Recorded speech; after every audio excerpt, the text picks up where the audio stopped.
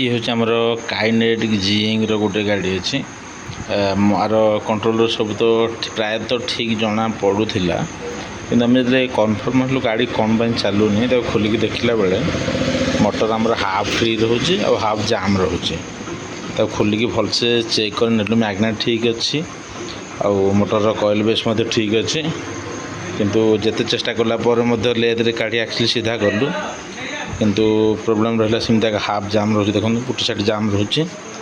गोटे side free रोचे जदि यही भाव के फल्ट आसूँ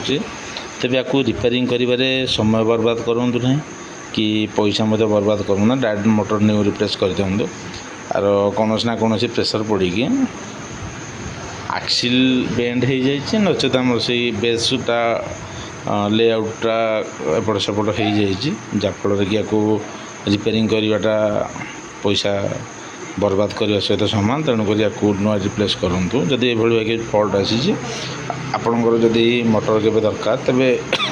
डायरेक्ट कांटेक्ट करूँ आम पाखे मोटर आम जोगाईदेवा निमंते